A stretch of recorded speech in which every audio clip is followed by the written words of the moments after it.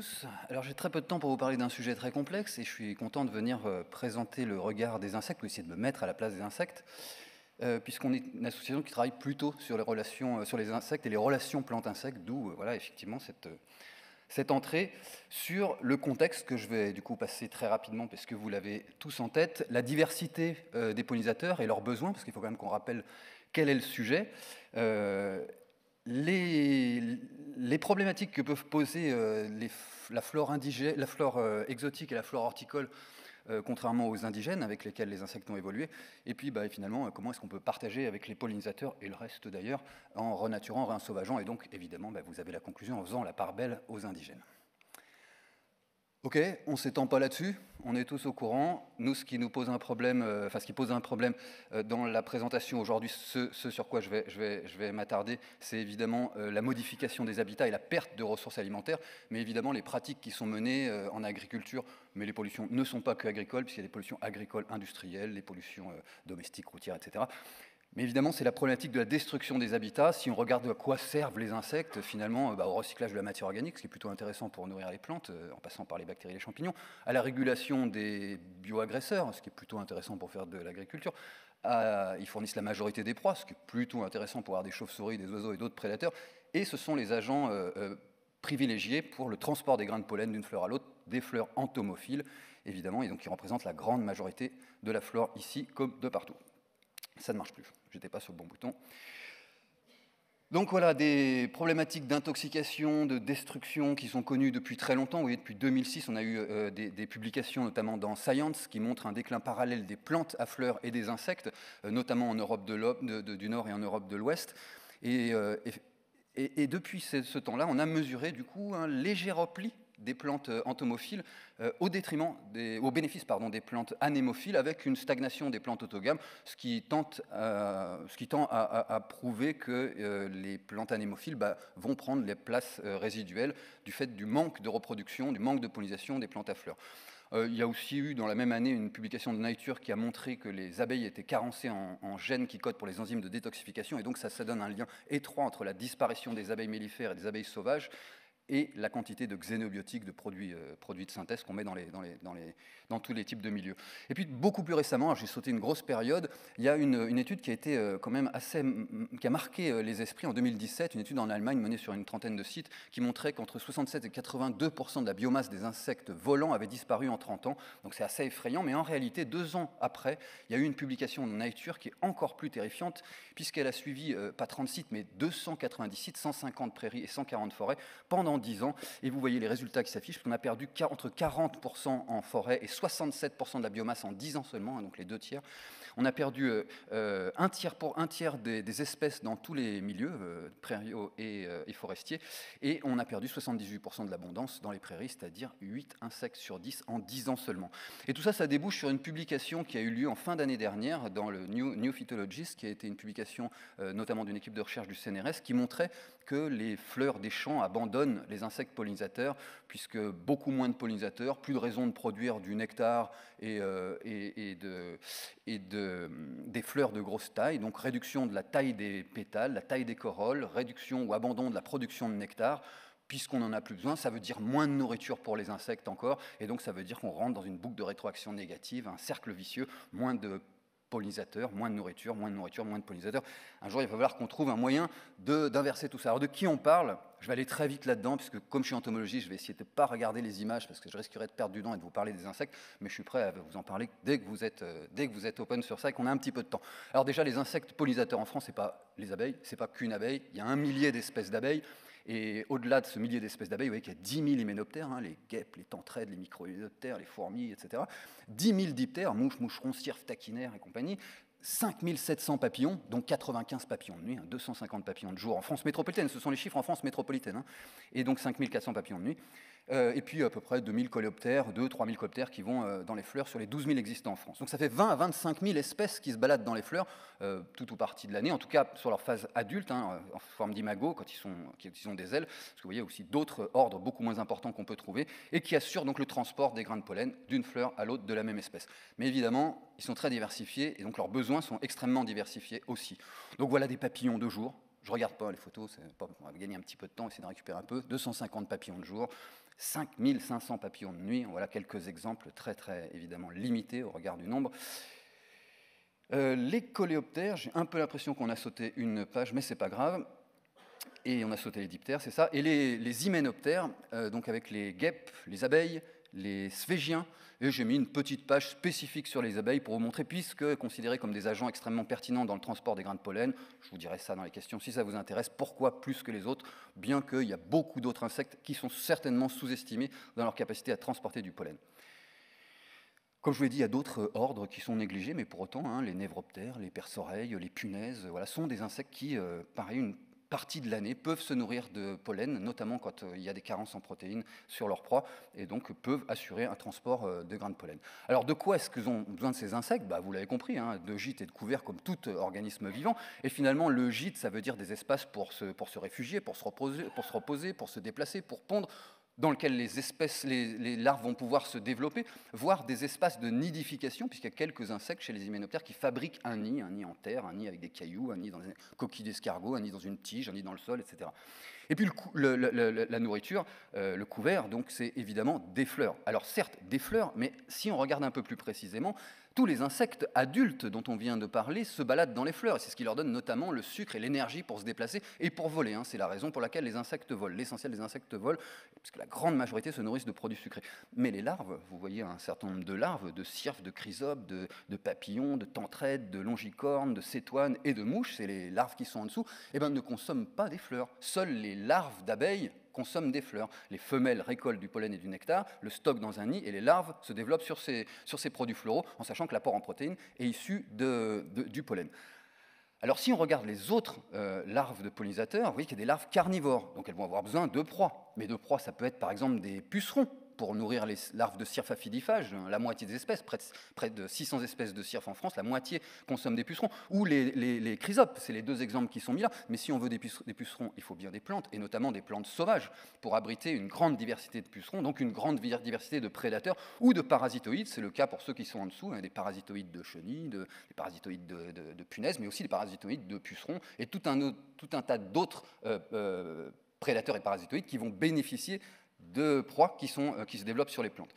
Et puis évidemment des larves de coucou, voilà, qui vont vivre dans les nids des autres. Mais ce qui nous intéresse, c'est les végétaux, puisqu'il y a des larves végétariennes, parmi les insectes, sont assez nombreuses. Par exemple, toutes les larves de papillons, 5700 espèces. Toutes les larves de tentraides, il doit en avoir 1 millier d'espèces. Toutes les larves d'abeilles, près d'1 millier d'espèces, 972 espèces, puisqu'elles consomment du nectar et du pollen, donc elles sont herbivores, même si elles sont florivores, évidemment. Et puis des larves détritivores, donc là on a des cadavres, des excréments, etc., mais aussi du bois mort, des feuilles mortes, des tiges en décomposition, dans lesquelles on va trouver des saproxylophages, des décomposeurs du bois usé, et qui vont, une fois adultes, c'est le cas des cétoines par exemple, des longicornes ou des buprestes, aller se balader dans les fleurs et donc assurer un travail de pollinisation. Donc si je résume, les insectes adultes et leurs larves ont besoin de proies, d'hôtes, du nid d'un hôte, quand ils sont parasitoïdes du nid, de végétaux indigènes variés, et j'insiste lourdement sur le indigène, de déchets, et finalement c'est ça la biodiversité. Et cette biodiversité, elle découle d'une coévolution de plus de 200 millions d'années entre les insectes et les plantes. Alors évidemment moins pour les plantes à fleurs, mais les relations entre les plantes et les insectes ont commencé nettement avant l'apparition des plantes à fleurs.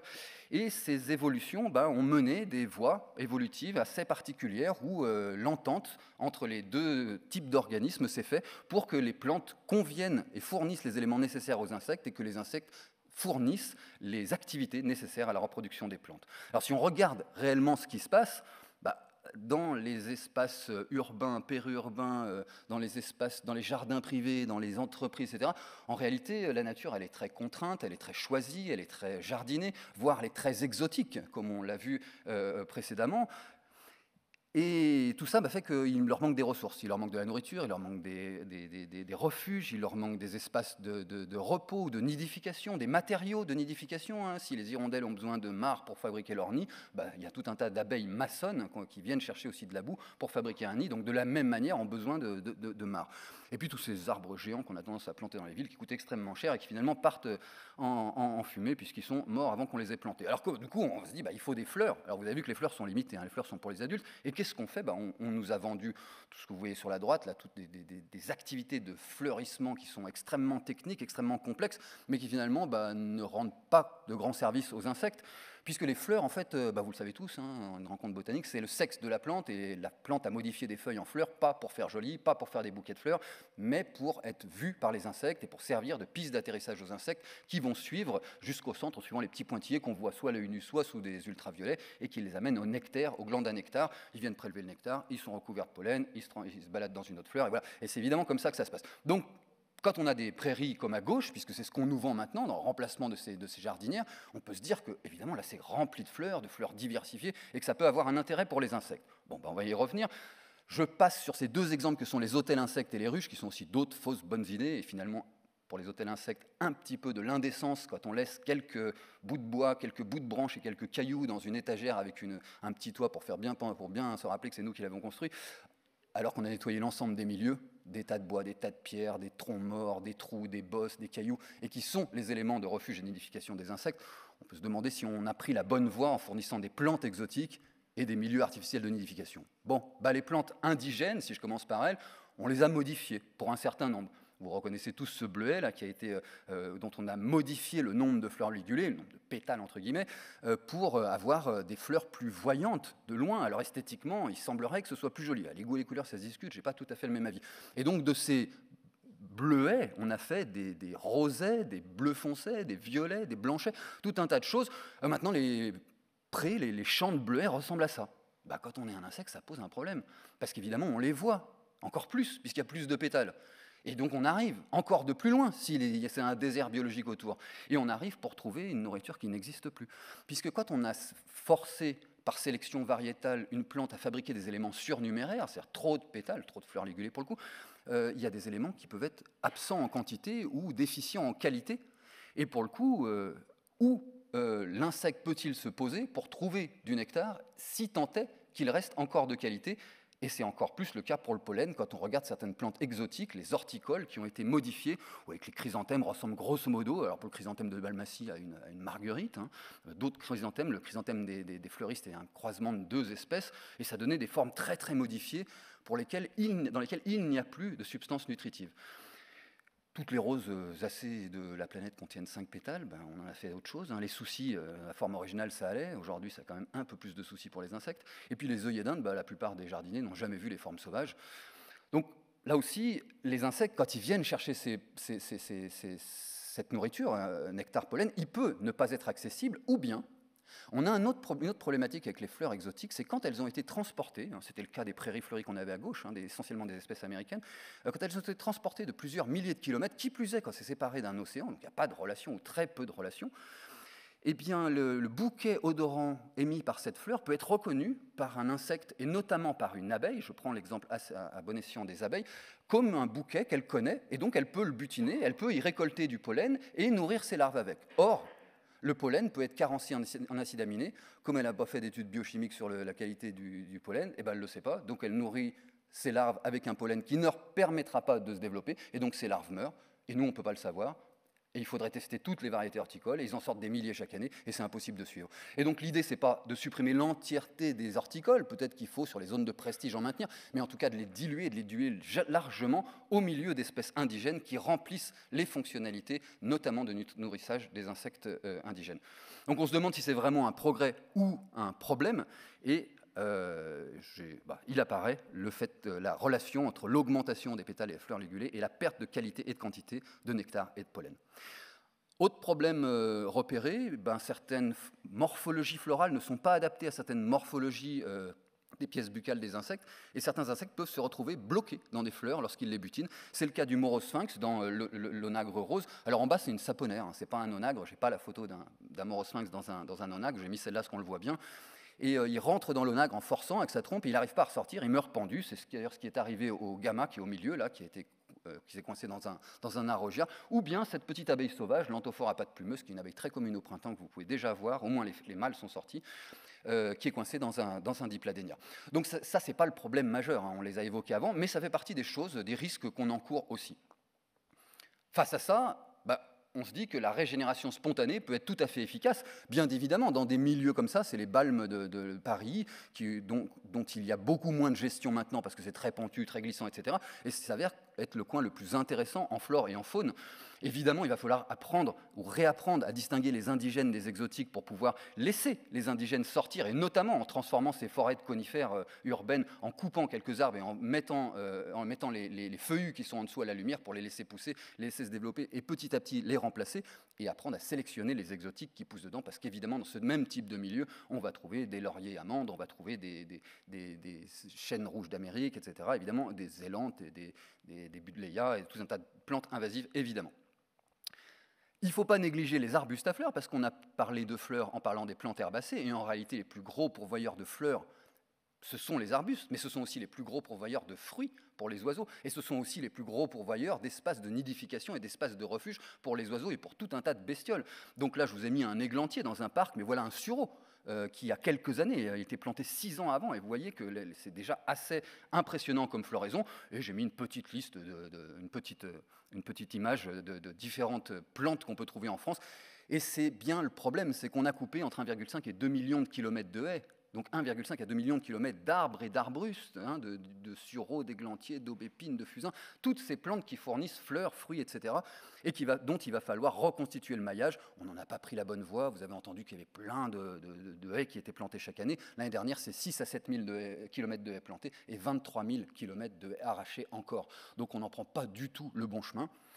Pour autant, si on regarde les prairies naturelles en Auvergne, voilà un exemple d'une prairie en Auvergne, on se rend compte que la diversité est tout à fait intéressante, et là on y trouve des fonctionnalités et des éléments nécessaires à l'accomplissement du cycle des insectes, peut-être un peu moins florifères, un peu moins exubérants que les plantes exotiques qu'on a l'habitude de planter. Voilà un autre prairie en talus qui est très mal gérée, elle est broyée régulièrement 2-3 fois par an par un géobroyeur. Comme elle est en pente, il y a une forme d'exportation, donc il y a assez peu de trophisation, et finalement elle reste assez fleurie. C'est vrai que je me suis arrêté pour prendre cette photo, c'est juste en dessous de chez moi, dans les monts du Lyonnais. C'est vrai que quand j'ai vu ça, je ne me suis pas arrêté, j'ai ouvert la fenêtre et j'ai pris la photo sans vouloir m'arrêter, parce que c'est quand même assez terrible ce qu'on peut voir dans ce genre quand on s'éloigne un peu des métropoles qui ont fait un peu l'effort d'essayer de renaturer leurs espaces. On a encore des gestions très très conventionnelles avec des suspensions et d'exotiques, ou avec un gyrobroyage assez systématique. À l'inverse, dans la métropole de Lyon, il y a d'autres exemples en France, certains grands parcs, alors c'est pas du tout Paris, là c'est la Croix-Laval qui est à l'autre bout de la métropole, qui est gérée totalement différemment, avec cette grande prairie de Varennes qui était tondue 8 à 10 fois par an pendant des années, et qui depuis une dizaine ou une quinzaine d'années est fauchée une fois par an avec exportation.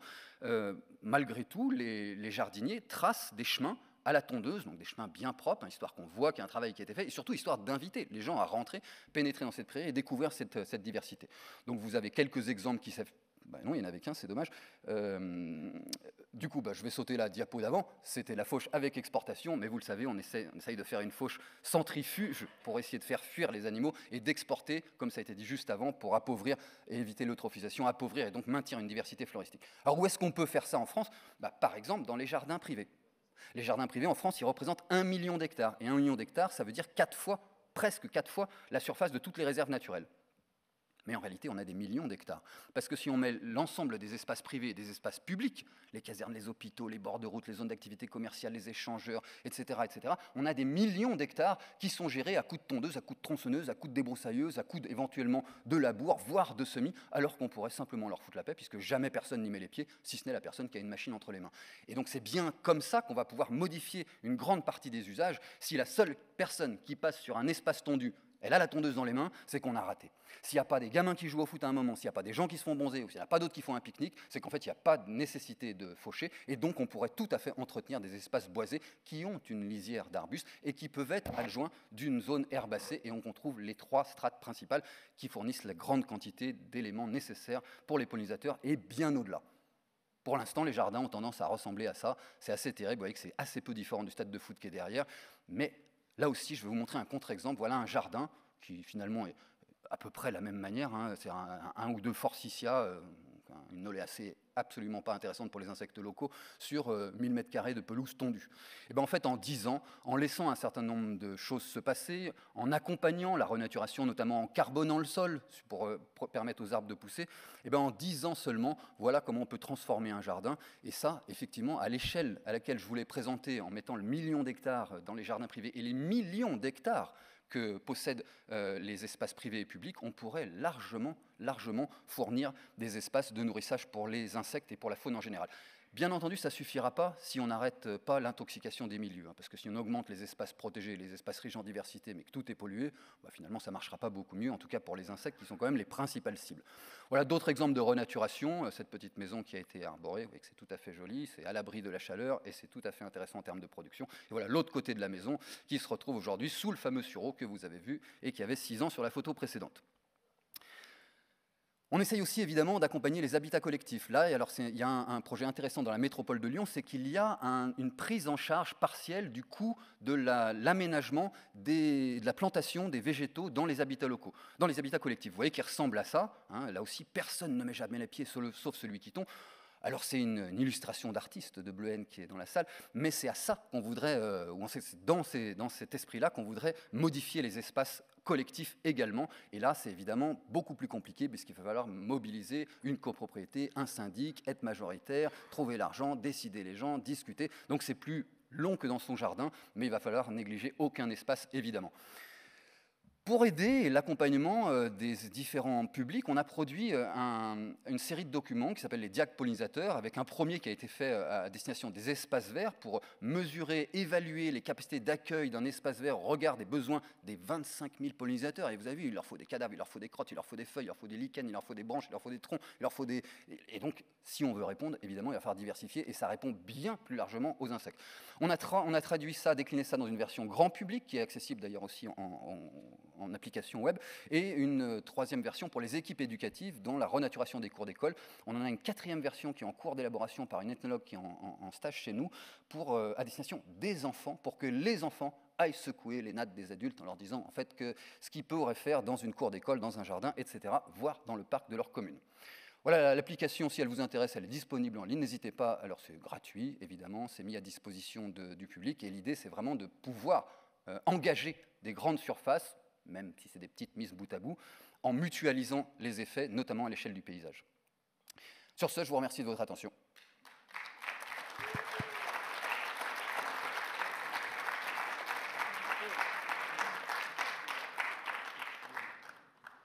Merci Hugues pour cette présentation dynamique et rapide et qui a tenu compte du timing. Merci encore.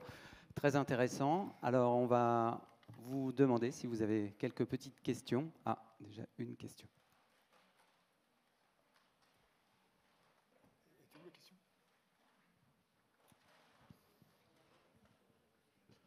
Oui, Jean-Marc Tison.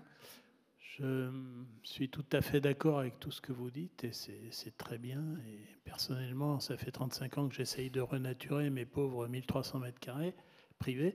Mais bon, c'est très bien de faire de l'éducation de la population, mais est-ce qu'on peut espérer un support législatif dans ce domaine un jour? Eh bien, il va falloir changer de gouvernement, et puis changer de député, changer de sénateur, au moins. Si ce n'est pas les gouvernants régionaux avec, voir le niveau d'en dessous. Dans une municipalité comme Lyon, par exemple, où on a une mairie écolo qui nous casse les burnes d'ailleurs, dès qu'on a une voiture, est-ce qu'on peut espérer, justement, puisqu'elle est censée être sensible à ce problème, est-ce qu'on peut espérer une prise en compte de ce problème avec des conseillers appropriés? Oui, alors là, oui, justement sur l'accompagnement, la renaturation de la métropole de Lyon dont je parlais tout à l'heure. Donc voilà, c'est intéressant, c'est que chez les privés, la métropole met de l'argent pour renaturer le bien commun. Il y a c'est pas la totalité qui est en indigène et en végétal local, malheureusement, on n'a pas pu le faire passer, mais c'est aussi pour un problème de disponibilité actuellement dans le coin.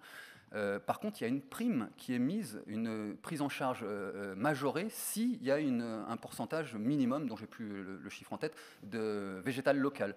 Pareil, il y a la prise en charge est majorée s'il y a des espèces comestibles de vergers traditionnels ou de nouvelles de forêts gourmandes, toutes les plantes qu'on n'a pas apportées qui sont aussi des variétés comestibles. S'agissant de Lyon, là aussi, il y a des démarches tout à fait similaires de plantation, de vergers, de renaturation, du label végétal, d'utilisation du label végétal local, etc. Bon, on fait partie, Didier de la FNE, la LPO, nous, les espèces par million. Il y a au moins 4 gros assos naturalistes à Lyon qui sommes quand même allés tanner régulièrement depuis moi aussi bien une trentaine d'années. Et j'avoue, je commence à en avoir un petit peu marre et un peu parfois avoir tendance à vouloir baisser les bras parce que je fatigue psychologiquement à raconter la même chose depuis aussi longtemps en voyant les choses se dégrader chaque année. Donc c'est une question de rapport de force. Les législateurs ne prendront pas les décisions avant qu'on les oblige parce qu'ils défendent un système dont ils sont responsables et pour lesquels ils sont bénéficiaires. Donc on ne peut pas attendre que ce soit eux qui changent la donne, évidemment. Donc c'est une question de rapport de force, c'est-à-dire qu'effectivement, l'éducation des jeunes, très bien, on ne peut pas attendre 20 ou 30 ans, on ne les a plus. L'éducation des adultes, oui, l'éducation des professionnels, l'éducation des élus, l'éducation des journalistes, l'éducation des profs, pour qu'ils puissent refaire des leçons de choses dès les enfants, dès la prime enfance. Donc toutes ces choses-là, peut-être qu'un jour, on arrivera à ce fameux point de bascule que les sociologues annoncent à 10-12% de la population sensibilisée et motivée pour influer des directions dans une société. Quoi qu'il en soit, aujourd'hui, je vous donne un exemple. En décembre, il y a eu un colloque, tout à l'heure Bernard a évoqué le problème du photovoltaïsme, de l'agri-photovoltaïsme. Il y a eu un colloque organisé par la LPO à l'Assemblée nationale sur biodiversité et agrivoltaïsme. Donc, on ne peut pas être plus proche d'eux pour faire venir les députés et leur faire comprendre la problématique. Bon, au bout d'un moment, le directeur de la LPO, il a demandé dans la salle, il y avait 400 personnes, dans la salle Victor Hugo, ce n'était pas l'hémicycle évidemment, combien y a-t-il de députés dans la salle ? Aucun. Combien y a-t-il d'agents de cabinet des députés ? Aucun. Okay. Combien y a-t-il de personnel de l'Assemblée nationale ? Aucun. Okay. Combien y a-t-il de collectivités ? Une cinquantaine. Combien y a-t-il d'associations ? Une dizaine, une quinzaine. Mais en fait, tous les autres, c'était des producteurs de panneaux photovoltaïques. Ils venaient voir ce qu'ils auraient le droit de faire.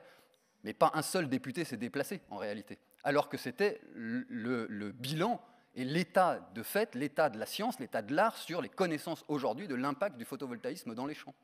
Donc en fait, non, on ne pourra pas y arriver. Voilà, j'ai été un petit peu long sur la réponse, mais non, ça ne marchera pas. Il va falloir y aller et y aller franco. Alors, on a une première échéance au mois de juin, puisqu'évidemment le ticket de caisse reste important, le bulletin de vote reste important, mais je maintiens que on est quand même responsable de ce qu'on achète et de la situation dans laquelle on est. Vous savez, cette fameuse phrase de Coluche qui disait il y a 40 ans, quand on pense qu'il suffirait qu'on arrête de les acheter pour qu'ils arrêtent de nous les vendre, quelle misère. Eh bien oui, c'est ça, l'offre et la demande, on est responsable de ce qu'on est, et pour les élus, et pour ce qu'on trouve dans les magasins, quoi.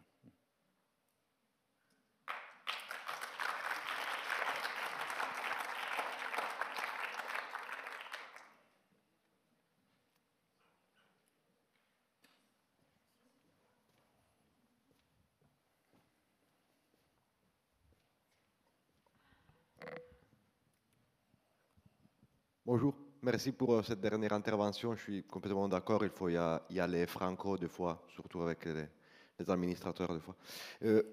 Je change un petit peu de sujet. On veut planter des haies, on restaure des prairies, on fait de la renaturation. Pourquoi pas ne pas élever des insectes et les libérer, les réintroduire avec les milieux qu'on sait qu'ils seront conservés ou quand même gérés de façon correcte? Pourquoi pas? Il y a 5000 plantes en France et il y a 40 000 espèces d'insectes. Lesquelles on choisit? Ceux qui nous... Je suis d'accord avec toi, hein, mais sur le fond. Mais en fait, qu'est-ce qu'on choisit? Ceux qu'on estime qui ont une activité intéressante, de notre regard biaisé, finalement très limitatif au regard des connaissances globales. Est-ce qu'on regarde ceux qui pollinisent nos plantes cultivées? Ben, ce ne sera pas forcément les mêmes que ceux qui pollinisent les plantes sauvages, et donc le maintien de 90% des plantes de la planète. Je ne sais pas, pour moi, en fait, plutôt que planter, plutôt que choisir, plutôt que réfléchir, plutôt qu'imaginer, plutôt qu'être des ingénieurs dans un bureau à choisir et décider tout ce qui va se passer, bah peut-être qu'on devrait finalement relaisser de la place et du temps aux choses pour qu'elles se reproduisent. Ou, parce qu'on peut faire les deux, accompagner des phénomènes qui sont naturels en donnant les conditions pour que la nature puisse rendre efficacement ses fonctionnalités, bien plus que si on y a réfléchi. Et je repars sur l'exemple des haies. Aujourd'hui, on plante des haies. Celles qui vont bien savoir de quoi je parle, on creuse des trous dans des prairies, on met des arbres et on met du paillage par-dessus et on met de l'eau. Enfin, on met l'eau avant le paillage et on met le paillage par-dessus. Voilà. Bon, c'est exactement l'inverse qu'il faut faire. Les arbres ne poussent pas dans les prairies, les arbres poussent au bord des forêts pour la raison simple qu'il y a du carbone dans le sol. Et donc, il faut faire l'inverse, c'est-à-dire, et ça c'est compliqué pour les agents des collectivités, de modifier le planning, c'est-à-dire venir et déposer là, en mars-avril, février, mars-avril, des cordons de carbone, avec un apport de compost en dessous pour éviter la fin d'azote, mais en général, quand on est 8-9 mois après, on n'aura pas trop de problèmes. Et donc, en fin de saison, novembre-décembre, venir planter dans un sol qui a été structuré par la microfaune, la microflore, qui a intégré du carbone, qui a intégré de la matière organique, et donc qui va permettre soit aux arbres de germer tout seuls, soit aux arbres de reprendre correctement, tout en maintenant de l'eau, puisque le gros puits d'eau qu'on a dans le sol, il est dépendant de la quantité de matière organique qui va rentrer dans le sol. Donc voilà, on pourrait très facilement renaturer, sans effort, en déposant ce qu'on appelle des déchets, qui finalement est une matière première, et ça veut dire ça, laisser les choses se réensauvager, et donc ne pas choisir. Il y a un film qui vient de sortir, qui a été réalisé par Gouard Greff, dans lequel on voit Francis Allais, dans lequel on voit Joseph Garrigue de la réserve de la Marsanne, et en réalité, le titre du film est assez parlant, et je pense qu'elle est là, la solution. Si on veut sauver le vivant, il va falloir le mettre à l'abri des activités humaines. Ça ne veut pas dire qu'on ne peut pas y passer, ça ne veut pas dire qu'au milieu d'une forêt protégée, on ne peut pas avoir un chemin pour se balader, pour herboriser. Ça veut dire qu'on arrête de cultiver, on arrête de chasser, on arrête de pêcher, et on arrête de planter ou de choisir dans l'ensemble de l'espace pour laisser les choses se faire. Cela dit, nous sommes vivants, nous sommes des animaux, on a aussi le droit d'en profiter. C'est l'exploitation ou le choix raisonné, irraisonné souvent, qui pose un vrai problème. Donc on a beaucoup d'espace qu'on pourrait laisser en libre évolution, quitte à les maintenir sur le bord pour entretenir ce que je disais tout à l'heure, cette lisière, cet effet écotone, hein, qui est extrêmement riche en termes de diversité, de fleurs, d'animaux, etc. Merci. Est-ce que vous avez encore une ou deux questions? Merci Merci à vous. à toi.